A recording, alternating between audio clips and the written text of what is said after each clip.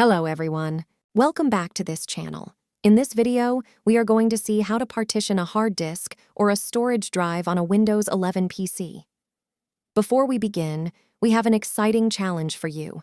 As of right now, our channel has only a total of 377 views, but we are setting our sights even higher, aiming for a massive 10,000 views on this video. It's as easy as 1 to 2 share. Just share this video with 2 friends. So, hit that share button. And let's reach that 10,000 view mark together. Let's get started. Our first step is crucial: backing up your data. This ensures that your important files are safe before we dive into the partition. After that, right-click on the Start icon. Select Disk Management. In the Disk Management window, you will see a list of all the disks and partitions on your computer. Locate the storage drive you want to partition. It will be listed as C, D, etc. Be careful not to choose the wrong disk to avoid accidental data loss. Right-click on the storage drive you want to partition. Select Shrink Volume.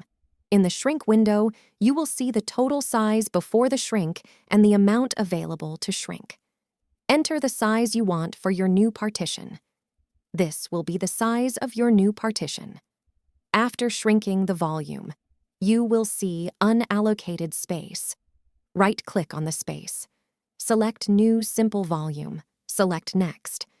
You can choose an available drive letter or let Windows assign it automatically. I'm going to select T for testing. Select Next. Choose the file system, usually NTFS, and assign a meaningful label to the new partition. I'm going to put Test Partition. Select Next. Then select Finish.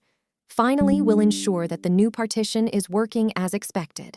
Access the file manager. As you can see, our newly created storage is showing as Test Partition T. I'm going to double-click on it. I've already copied a file, so I'm going to paste it here. As you can see, my pasted file is showing on my new storage. And there you have it. Thanks for joining us today. Don't forget to like this video, subscribe for more tech tutorials, and leave any questions or comments below. We will see you in the next video.